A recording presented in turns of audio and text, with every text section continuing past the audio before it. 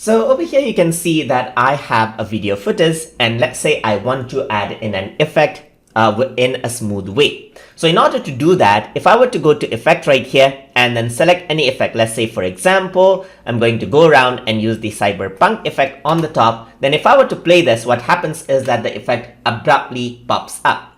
So what I want to do is I want to add in transition in between so that it doesn't have that effect. So what I can do for that is I can simply go ahead and cut the portion of the footage which I want the effect on, and then what I can do is I can add in the effect there.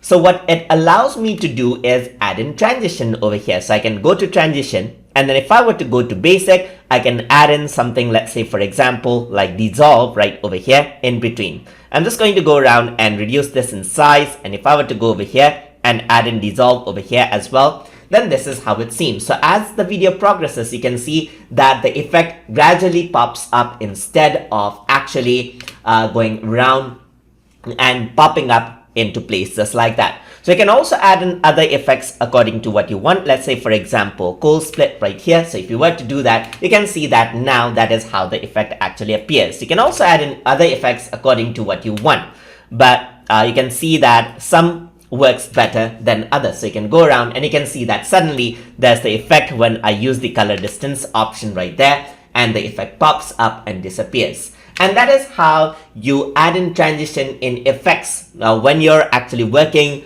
with effects on the clip inside of Filmora for a smoother outlook. So hope you guys learned something as always, and as always, please like, comment, share, and subscribe.